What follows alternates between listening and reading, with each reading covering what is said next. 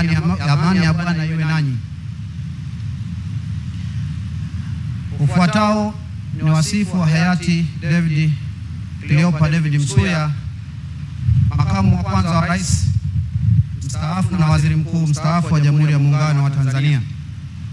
Kuzaliwa: hayati Cleopa David Msuya, waziri mkuu na makamu wa kwanza wa rais mstaafu wa Jamhuri ya Muungano wa Tanzania, alizaliwa tarehe 4 mwezi Januari mwaka 1931 katika kijiji cha Chomvu, kata ya Usangi, wilaya ya Mwanga, mkoa wa Kilimanjaro.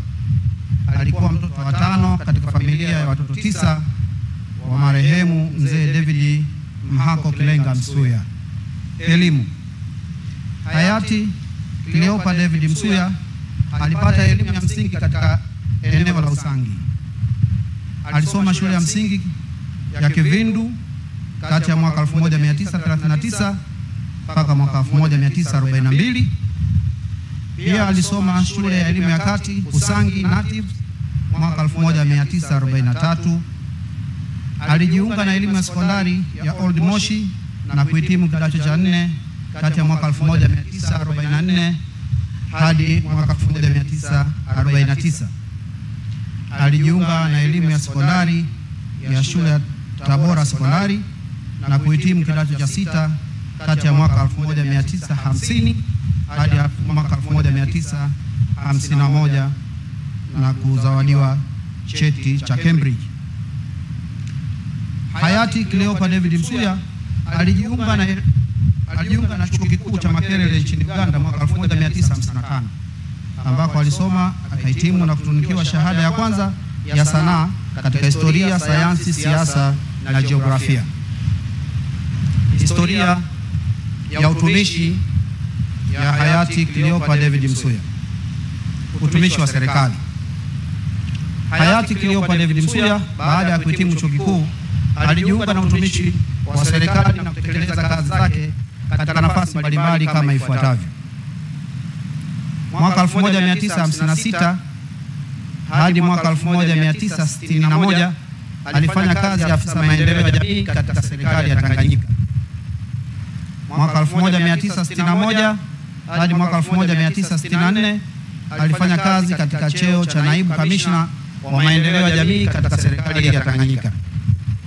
Mwaka 1964 hadi mwaka 1965 alikuwa katibu mkuu Wizara ya Maendeleo ya Jamii na Utamaduni wa Taifa. Mwaka 1965 hadi mwaka 1967 hayati Cleopa David Msuya alikuwa katibu mkuu Wizara ya Ardhi, Makazi na Maendeleo ya Maji. Mwaka 1967 hadi mwaka 1970 hayati Cleopa David Msuya alikuwa katibu mkuu wizara iliyokuwa inahusika na uchumi na mipango. Mwaka 1970 hadi mwaka 1972 hayati Cleopa David Msuya alikuwa katibu mkuu Wizara ya Fedha na Hazina. Utumishi wa kisiasa. Hayati Cleopa David Msuya alijiunga na utumishi wa kisiasa kwa kuchaguliwa kuwa mbunge na kutekeleza kazi mbalimbali kama ifuatavyo. Mwaka 1972 hadi mwaka 1975 alikuwa mbunge wa jimbo la Mwanga na kuteuliwa kuwa waziri wa fedha. Hayati Cleopa David Msuya mwaka 1975 hadi mwaka 1980 alikuwa mbunge wa jimbo la Mwanga na kuteuliwa kuwa waziri wa viwanda. Mwaka 1980 hadi mwaka 1983 hayati Cleopa David Msuya alichaguliwa kuwa mbunge wa jimbo la Mwanga na kuteuliwa kuwa waziri mkuu wa Jamhuri ya Muungano wa Tanzania. Mwaka 1983 hadi mwaka 1985 hayati Cleopa David Msuya alikuwa mbunge wa Mwanga na waziri wa fedha. Mwaka 1985 hadi mwaka 1990 hayati Cleopa David Msuya alikuwa mbunge wa jimbo la Mwanga na kuteuliwa kuwa waziri wa fedha na masuala ya uchumi na mipango. Mwaka 1990 hadi mwaka 1994 alichaguliwa kuwa mbunge wa jimbo la Mwanga na kuteuliwa kuwa waziri wa viwanda na biashara. Mwaka 1994 hadi mwaka 1995 hayati Cleopa David Msuya alichaguliwa kuwa mbunge wa jimbo la Mwanga na kuteuliwa na kuwa makamu wa kwanza wa rais na waziri mkuu wa Jamhuri ya Muungano wa Tanzania. Mwaka 1995 hadi mwaka 2000 hayati Cleopa David Msuya alikuwa mbunge wa jimbo la Mwanga. Ilipofika tarehe 29 mwezi Oktoba mwaka 2000, hayati Cleopa David Msuya alitangaza kung'atuka ubunge wa jimbo la Mwanga na kustaafu utumishi wa umma na utumishi wa kisiasa. Nyadhifa katika utumishi wa chama. Hayati Cleopa David Msuya alikuwa mwanachama hai wa TANU kuanzia mwaka 1964 hadi mwaka 1977 na baadaye kuwa mmojawapo wa waasisi wa Chama cha Mapinduzi kilipozaliwa tarehe 5 mwezi Februari mwaka 1977. Hayati Cleopa David Msuya katika kutumikia chama alishika nyadhifa mbalimbali kama ifuatavyo. Mwaka 1982 hadi mwaka 1992 alikuwa mjumbe wa NEC CCM. Mwaka 1992 hadi mwaka 1995 alikuwa mjumbe wa kamati kuu ya CCM na halmashauri kuu ya CCM. Mwaka 1995 hayati Cleopa David Msuya katika chaguzi za awali ndani ya chama alichaguliwa kuwa mmojawapo wa wagombea watatu wa nafasi ya kuwania tiketi ya CCM ya kugombea nafasi ya urais wa Jamhuri ya Muungano wa Tanzania kupitia Chama cha Mapinduzi. Mwaka 2012 hadi mwaka 2014 hayati Cleopa David Msuya aliendelea kushika nafasi muhimu za chama katika wilaya ya Mwanga, mkoa wa Kilimanjaro. Na hapa ndipo tunapohusisha na ujumbe uliotolewa na viongozi wa dini kwamba mzee Msuya alikuwa kiongozi mkubwa kule Mwanga na kupewa kwa mzee wa Mwanga, kwa sababu baada ya kumaliza nafasi mbalimbali za kiserikali za juu alirudi kuwatumikia wananchi wake katika maeneo ya kwake. Kazi nyingine za huduma na uongozi katika taasisi mbalimbali nchini. Hayati Cleopa David Msuya mwaka 1983 hadi 1990 aliongoza timu ya serikali iliyoandaa na kusimamia programu ya maboresho na kufufua uchumi wa Tanzania. Mwaka 1994 hadi mwaka 2012 hayati Cleopa David Msuya alikuwa mwenyekiti wa Community Development Trust Fund. Mwaka 2007 hadi mwaka 2021 hayati Cleopa David Msuya alikuwa mkuu wa chuo kikuu cha ardhi Dar es Salaam. Mwaka 2004 hadi 2019 hayati Cleopa David Msuya alikuwa mwenyekiti wa Kilimanjaro Development Forum. Mwaka 2007 hadi mwaka 2021 hayati Cleopa David Msuya alikuwa mwenyekiti wa bodi ya Tanzania Breweries Limited. Na mwaka 2014 mpaka sasa unapomfika umauti alikuwa mjumbe au kiongozi wa halmashauri ya wilaya ya Mwanga. Halmashauri ya wilaya ya Mwanga ilimpatia hayati Cleopa David Msuya jina la baba wa Mwanga, na hapa ndipo tunapohusisha na ujumbe uliotolewa na viongozi wa dini. Kazi katika taasisi za kikanda na za kimataifa. Hayati Cleopa David Msuya katika uhai wake alifanya kazi za kuiwakilisha nchi katika taasisi mbalimbali za kikanda na za kimataifa kama ifuatavyo. Hayati Cleopa David Msuya katika nafasi yake ya ukatibu mkuu na baadaye waziri alishiriki katika majadiliano ya kundi la nchi za Afrika, Caribbean, Pacific na Jumuiya ya Uchumi wa Ulaya. Vile vile aliwakilisha Tanzania katika Afrika Mashariki Jumuiya ya Maendeleo Kusini mwa Afrika SADC, Jumuiya ya Uchumi ya Afrika na eneo maalum la biashara la Mashariki, Kati, Kusini mwa Afrika. Pia alijenga mawasiliano na ushirikiano na Benki ya Dunia na taasisi nyingine za fedha kimataifa wakati akihudumu katika Wizara ya Fedha hapa nchini. Maeneo ya uzoefu aliyopenda hayati Cleopa David Msuya. Uzoefu wake na maeneo aliyoyapenda ni maendeleo ya kijamii na kiuchumi, na alijikita maeneo yafuatayo. Kwanza, alijikita katika maeneo ya maendeleo ya kilimo. Pia alijikita katika maendeleo ya vijiji na maendeleo ya jamii. Vile vile Mheshimiwa hayati Cleopa David Msuya alijikita vile vile kwenye swala la fedha na ugharamiaji wa maendeleo na fedha za umma. Vile vile alijikita uendelezaji wa viwanda na biashara, hususan uanzishaji wa vyuo vya ufundi VETA na mafunzo ya ujasiriamali katika jamii na uendelezaji wa viwanda vidogo vidogo, yani SIDO. Pia hayati Cleopa David Msuya katika mashirikiano ya kikanda na mitangamano ya kiuchumi, vile vile katika vitu alivyovipendelea na kuvifanya. Kimsingi, baada ya kung'atuka kwenye utumishi, hayati Cleopa David Msuya alielekeza nguvu zake na muda katika maeneo ya kilimo, maendeleo ya jamii vijijini, fedha na uwekezaji.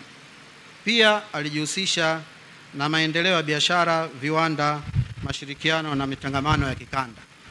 Nishani.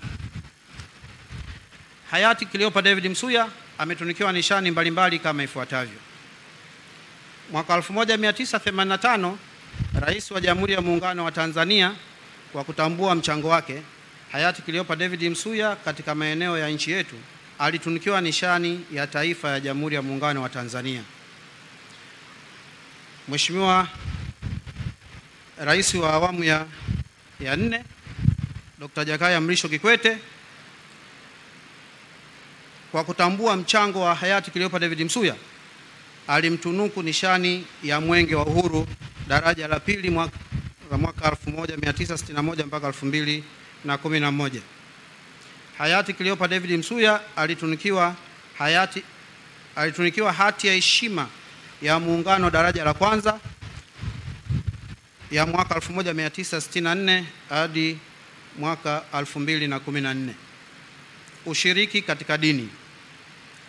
Hayati Cleopa David Msuya alikuwa muumini wa dini ya Kikristo kupitia Kanisa la Kiinjili la Kilutheri Tanzania KKKT, na alipendelea sana kufanya ibada kama ilivyoelekezwa na kanisa na neno la Mungu.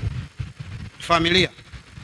Hayati Cleopa David Msuya alimuoa Bi Rhoda Christopher Mshana tarehe 11 mwezi Januari mwaka 1959, ambaye alifariki tarehe 1 Agosti mwaka 2005.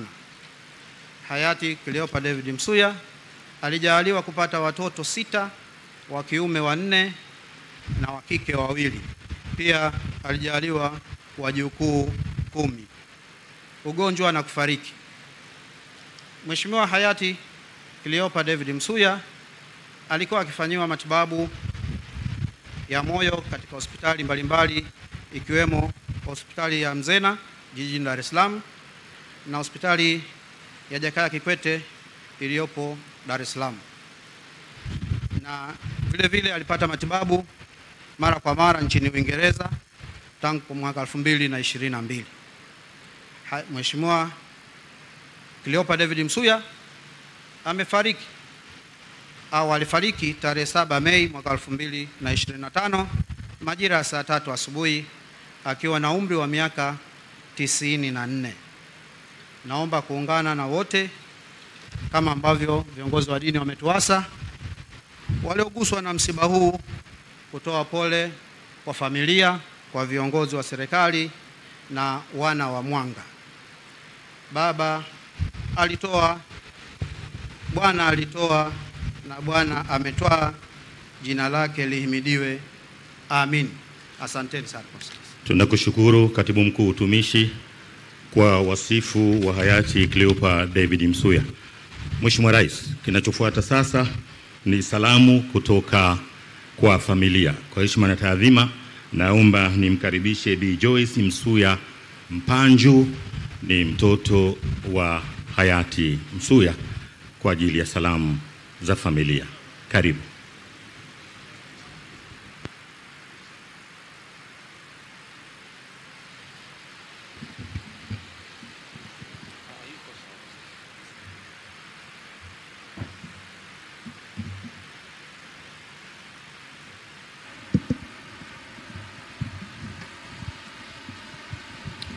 Mheshimiwa Dr. Samia Suluhu Hassan, Rais wa Jamhuri ya Muungano wa Tanzania, Mheshimiwa Dr. Philip Mpango, Makamu wa Rais wa Jamhuri ya Muungano wa Tanzania, Mheshimiwa Hussein Ali Mwinyi, Rais wa Zanzibar na Mwenyekiti wa Baraza la Mapinduzi, Mheshimiwa Kassim Majaliwa, Waziri Mkuu wa Jamhuri ya Muungano wa Tanzania, CDF General Jacob Mkunda, Mheshimiwa Dr. Kikwete, Rais mstaafu, Mheshimiwa Dr. Othman, Makamu wa Kwanza wa Rais Zanzibar, Mheshimiwa Hemed Abdalla, Makamu wa Pili wa Rais Zanzibar, Jaji Mkuu Profesa Ibrahim Juma, viongozi wa staafu. Napenda pia kutambua uwepo wa mawaziri, makatibu, mabalozi na viongozi wa dini. Itifaki zote zizingatiwe. Kabla sijatoa salamu za familia, ningependa kwanza kuongelea kuhusu baba yetu Msuya kama baba, kama mume, kama babu, kama mjomba na mengi. Kama ilivyosemwa hapo awali, marehemu baba yetu mpendwa na marehemu Mama Roda walikuwa ni wazazi wana hekima. Sisi kwetu wote sita walihakikisha kwanza, pamoja na yote mliosikia kuhusu baba kufanya kazi serikalini, lazima kila Jumapili twende kanisani, lazima kila likizo twende Usangi, tujitolee kwenye jamii ambayo ilimkuza baba na mama. Alikuwa ametufundisha yeye pamoja na mama ukweli, heshima. Alikasirika sana kama akisikia tumetumia jina lake kupata kitu chochote tangu tulivyokuwa watoto.